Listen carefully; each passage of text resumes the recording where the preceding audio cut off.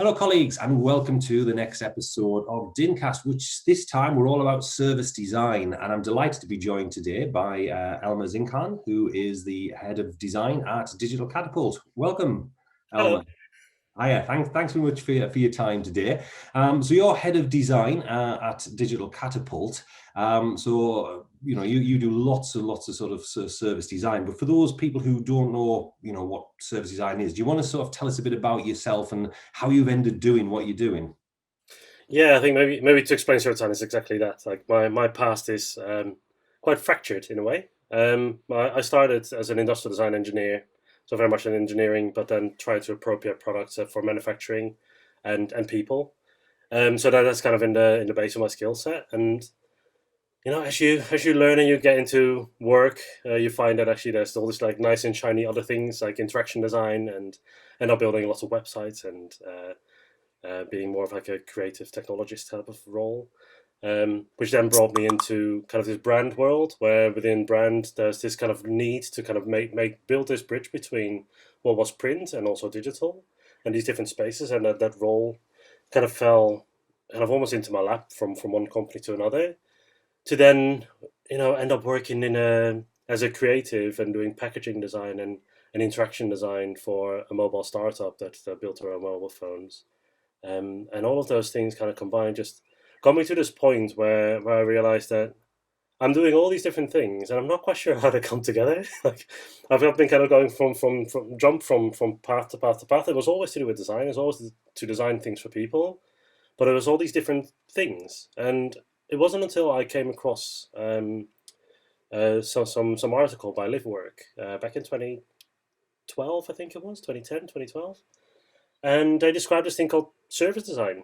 And I said it's about kind of connecting touch points and connecting different things and looking at all these different kind of aspects of a service and how it comes together. And I thought, well, that's kind of what I've been doing. I've just been doing it at different stages of my career. So I really kind of invested in a bit more, did a summer course, taught myself, got introduced to lots of interesting people that work in service design and got their careers in service design. I took a kind of a UX path first.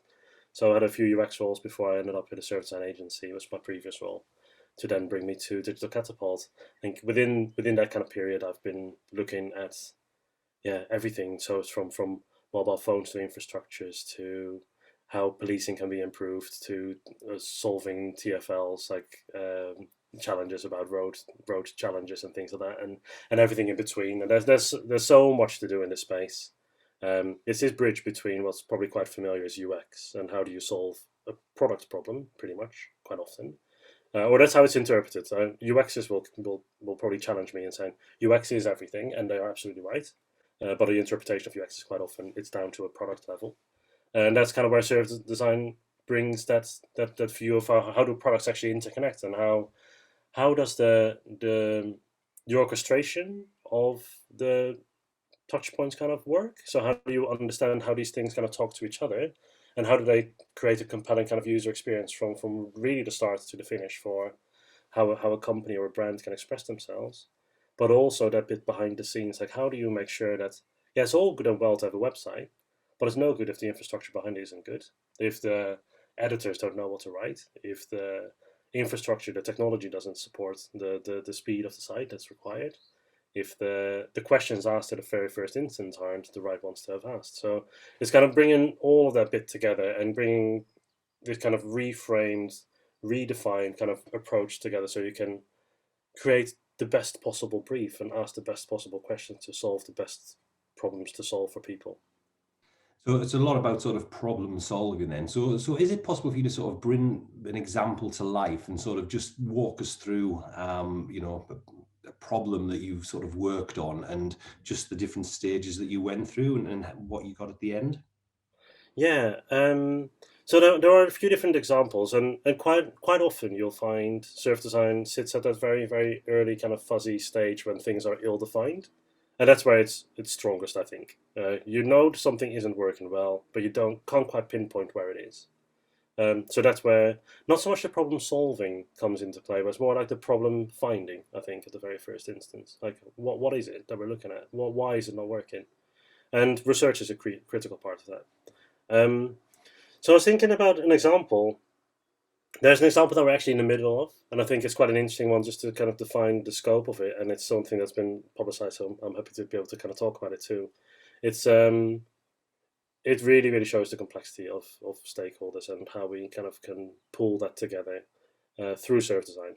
Um, there's a program called the Flight of the Future, and within that there's a product that we're doing, Flight to Plan. It's a it's an approach where we have about 10 different companies working together to try and solve this challenge of what can we do using new technologies like blockchain to improve the way that we can get more clarity around messaging when the world is no longer just about planes but also drones and all these new players come into the market. So we've got this really complex future vision that no one is really aligned on yet. How do we identify what the real kind of critical moments are, the real touch points? Who regulates this? Who is a player? Who sponsors this? Who are future users? Who are future recipients of the things that are being moved? So we kind of start with, I think typically we start with like, well, how do I explain this best? There's a model that works well. It's very well described in Design Council. I can explain a bit more about that later. Describes quite well what the possible stages are. It gives you a model though, so it's never the true reality of how things work. What does work, I think, is understand your customer at the start. So understand what the needs are, what the spaces are, what the landscape is that we're trying to solve a problem within. So the context is right. So contextualize is kind of the very first kind of stage. Um, then in my world, I think ideating, like coming up with concepts that kind of gonna come from that stage, like where might this go? And ideating doesn't mean like problem solving. It's more like problem discovery through making artifacts. So making something that you can actually point your finger and say, no, that's not the way I think it is. This is the way it should be, and that you can start creating these visions, these kind of redefined, reframed kind of approaches that you think this is what might work, and then from that you can pull back like the actual criteria of what you might want to build. So the very first 3-step approach that I apply at least is yeah, look at the world, look at what people say, look at what isn't working, come up with a few different routes to just kind of tease out what is really needed, what solves that problem, and then break that down into kind of these are the things that we can actually do, these are the things that we should do now, this is the vision that we set for the long term, and these are kind of the medium term kind of goals that we might be able to achieve within a few years. And then between that, you can start building a roadmap on kind of what you can then start delivering on. And then you can start identifying, okay, this is this partner that we need to work on this bit on, and this is how we do this bit. And then all of a sudden, this system of different challenges that is in this future world can be broken down into something that's just practical and deliverable. So bringing it back to Flight to Plan, actually the consortium that I talked about of about 10 plus companies, that's only one of about 8 different future flight programs that need to be coordinated together as well. So together they try to define the future of flight. And this part is really just to kind of underpin the technology needed so that we can create demonstrators that can be used to show what this future might look like. So we have a direction to test.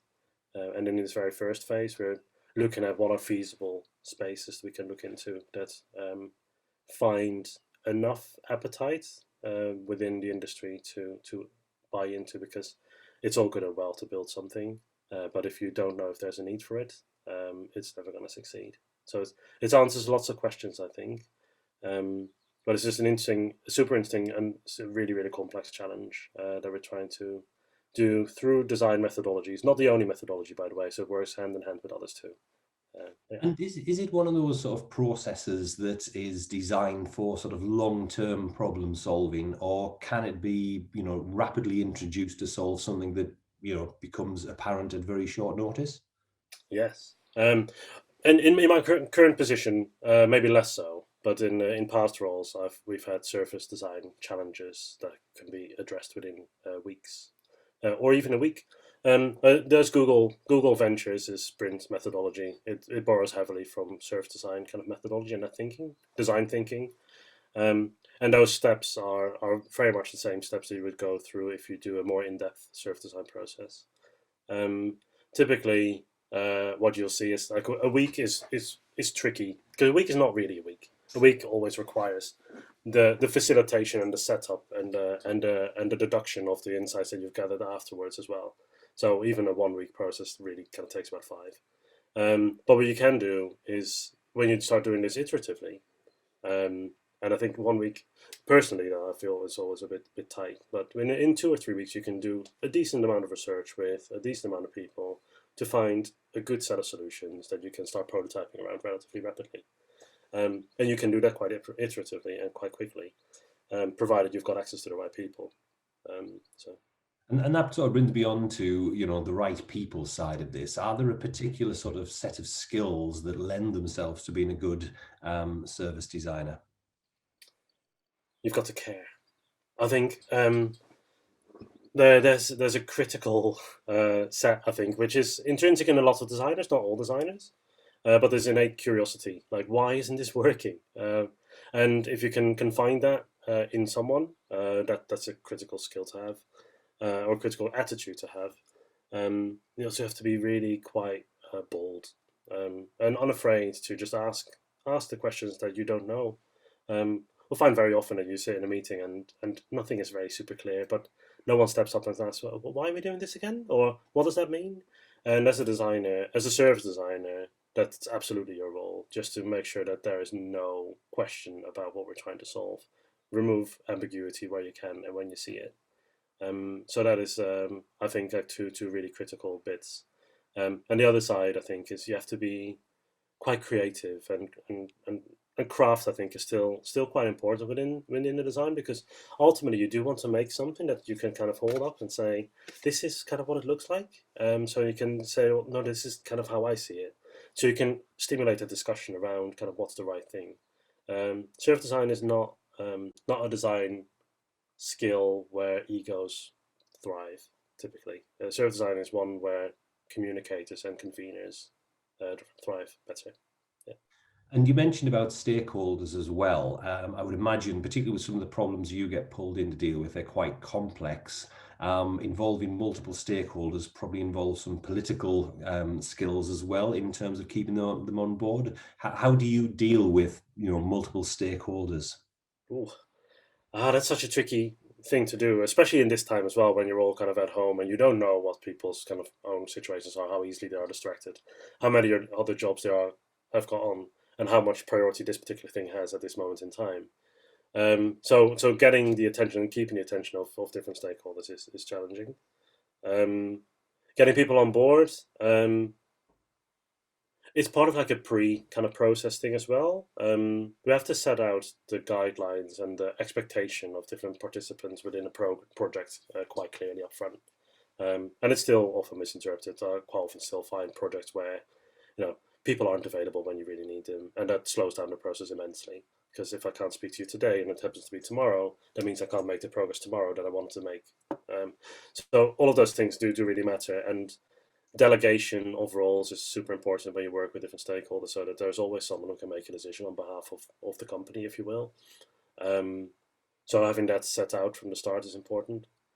Making sure that upfront you've got a real clear view of, okay, we actually do have access to end users or to partners or to suppliers that you kind of need to work with, if those are the ones that you envision being part of a potential solution, or at least the ones we need to be asking questions to. It is. Do tell me if I'm not quite answering the question, but I think it's just such a critical bit to kind of prepare it as well, because it's quite difficult to not fall into a trap of delaying the process because you haven't quite understood how many or what the scope is of people you might want to speak to. So there's a bit of design before the design, if you will. Yeah, we can't remove the people skills from, I suppose, any intervention. So I just wondered, you've obviously been involved in lots of different projects and problem solving. Are there any common issues that you have spotted, or any trends that you've spotted when you are coming in, regardless of industry, Hmm. around some of the common problems that you see? There's always one. Um, People think, and the same is probably true in your organization and mine. People do think that they are at the heart of what they are doing, and the other departments or other organizations are there to support them, and that's a natural thing because that's how we all think, because that is my world. So my world is very design centric, and I think it's the heart of everything. But I'm also very aware that I see it in this way, and it's kind of that perspective that's quite important to know that no, I'm not at the heart of everything. Everyone else is at the heart of their own thing. Silos still very much exist. Like however much you not want to see them, or you want to disband them, or you break through them with values and things like that. People work on their own thing in their own departments, and what they know isn't necessarily known in other partners groups or other stakeholders.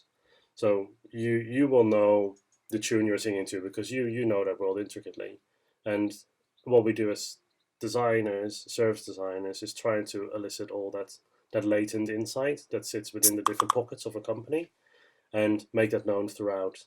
So very rapidly, we'll try and get that real alignment on this is what's known throughout, as opposed to this is what's known in this particular pocket, and we want to kind of make sure that we are not solving just one problem for one point, because that's the whole point of service design, is to orchestrate all these different touch points, and we can't do that if we don't have a view of all of it. So we are typically there to break through boundaries that are existing within organizations. And that point around a view, I suppose, is quite critical because we've talked before previously about depending on the height that you look at a problem from will dictate the level of complexity and how much you actually see. Could you just explain a bit more about that? One, let's say Starbucks, right? And we want to kind of improve the coffee. That's great. Or improve the coffee, improve the menu. The menu now needs to be altered. We need to now teach the people to make this new coffee as well. We need to get new suppliers on board. All of a sudden, you're looking at this system that is actually introducing a new flavor coffee. Is a very complex way of managing lots and lots of different touch points that need to be orchestrated quite carefully. Um, so yeah, as a service within Starbucks, for example, it's all still good and well, but then you start looking at what's the impact of that in the industry as a whole? Because now all of a sudden you see increased demand in certain areas. What does that mean for other people that are dependent on that demand? And then all of a sudden you start seeing, oh, there's this complex system in which like coffee shops have an influence on other industries, and how does that work? Does that have a long-term impact on something? And yeah, the more you zoom out, and I always about was it about 12 years ago, I was introduced to this video by Eames, the Power of 10. And if you've not seen that, that's worth looking into. But you just see, like, if you zoom out or if you zoom into something really, really deeply, you'll start noticing that it's actually, it's almost like endless and very complex. And those complex systems sit in everything as long as you ask and look deep enough or look out and zoom out far enough. Yeah. So for any organization who hasn't looked at service design or doesn't employ a service design sort of engineer, what would your advice be, or what would you see as the first steps to getting into it? Um, I guess there are different routes. First off is no, no, know your design types. I guess is design can be applied at a very very simple level. User interface level, where we make things look nice and look well. Design can be applied at a process level, like we are asking the right questions, we're doing research and design, and we'll do it in an agile way, and it's all kind of good and well, and we're doing that way.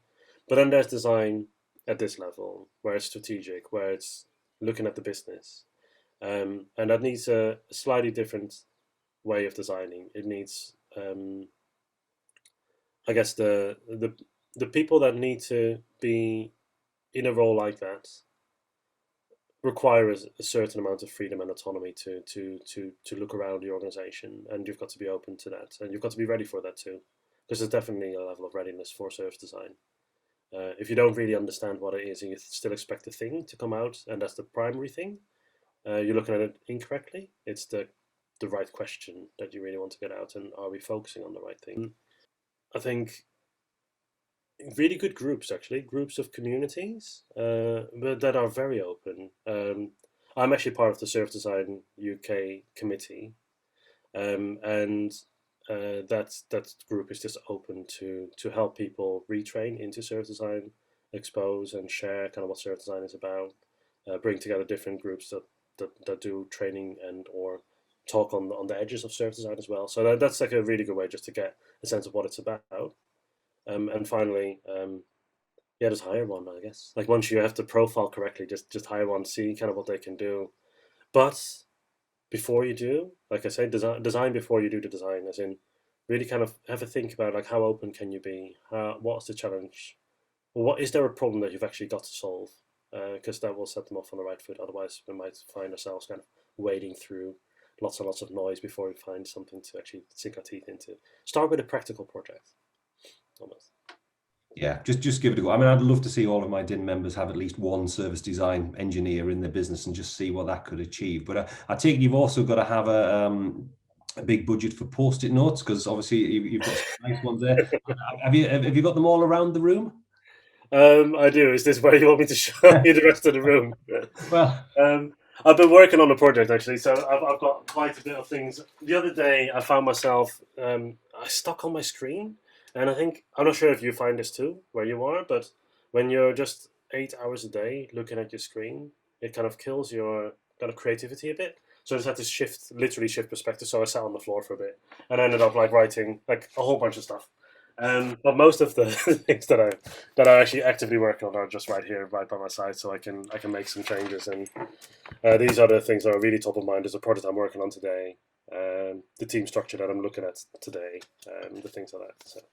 well, I love the idea in this sort of tech-enabled world that some of the old sort of tools are still, very much in vogue there. So Yeah, this is not the only way that I work, by the way. So there's the post-its on the wall. Just because it's really easy. Like when you say something now and I can scribble it down, I don't have to open another app to then make a note and then try and give it a name. And there's these other processes that sit behind, and it causes like this cognitive like load within me to try and just avoid that. So I just write a note. If it's done as well, like there's something really really satisfying about throwing it away because it's done. yeah. Um, those are the things. But there's also, I guess the online tools. Like we use online versions of this a lot, so that we can collaborate with people that are remotely working somewhere else, and we're very much exploring hybrid working spaces that are shared and collaborative. So it's not just like working from home and getting your office suite set up. It's about like working in a space where you can leave a comment and talk to me and share things and write something while I'm still talking. Well, look, Elmer, it's been an absolute pleasure talking to you today about service design. Thank you so much for giving us an insight into this world. I'm sure it is something that social housing leaders would want to sort of explore a bit further. So thank you very much. Thank you very much. Thank you for your time.